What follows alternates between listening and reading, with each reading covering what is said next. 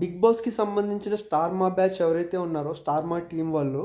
So, వాళ్ళొచ్చేసి big బాస్‌కి సంబంధించి కంటెస్టెంట్లు ఎవరైతే వస్తారో, అందులో కొంతమందికి ఫేవరెటిజం అనేది చూపిస్తున్నారని చెప్పేసి ఒక నెగటివిటీ అయితే ఉండింది. ఎందుకు అంటే లాస్ట్ సీజన్‌లో సో, కంటెస్టెంట్లు ఎవరైతే ఉన్నారో అమర్‌దీప్, శోభ అండ్ ప్రియాంక. సో, వీళ్ళొచ్చేసి స్టార్ మాలో చాలా సీరియల్స్ అనేవి చేస్తూ ఉన్నారనమాట. సో, ఆ సీరియల్‌లో యాక్ట్ చేయడం వల్ల సో, వాళ్ళు ఈ బిగ్ బాస్‌కి రావడం వల్ల సో, ఈ బిగ్ బాస్ టీమ్ ఎవరైతే ఉన్నారో వాళ్ళకైతే ఫేవరెటిజం చూపించి, సో, వాళ్ళనైతే ఎలిమినేట్ అవ్వకుండా చాలా వీక్స్ అయితే అందులో కంటిన్యూ అయ్యేలా చేసిందని చెప్పి, చాలా నెగటివిటీ అయితే ఫేస్ చేసింది లాస్ట్ టైమ్.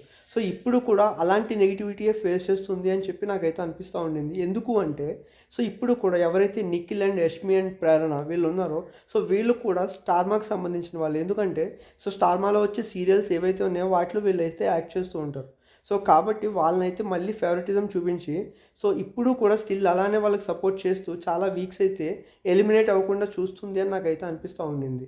ఎందుకు అంటే, సో, మొన్న సడెన్‌గా నో క్యాప్టెన్, నో ఇమ్యూనిటీ అని చెప్పారు. సో, సడెన్‌గా ఆల్ ఆఫ్ సడెన్ సో, ఒక ఛాలెంజ్ అనేది పెట్టేసి చీఫ్స్ కింద సెలెక్ట్ చేసి ముగ్గురిని కూడా వీళ్ళైతే సేవ్ చేయడం జరిగింది ఎలిమినేషన్ లేకుండా.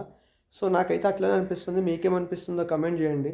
సో, ఫస్ట్ టైం ఎవరైతే నా ఛానల్‌ని చూస్తున్నారో సబ్స్క్రైబ్ చేసుకోండి. అలానే ఒక లైక్ అయితే చేయండి గైస్. సో, ఎక్కువ మందికి వీడియో అనేది రీచ్ అవుతుంది. Thank you guys.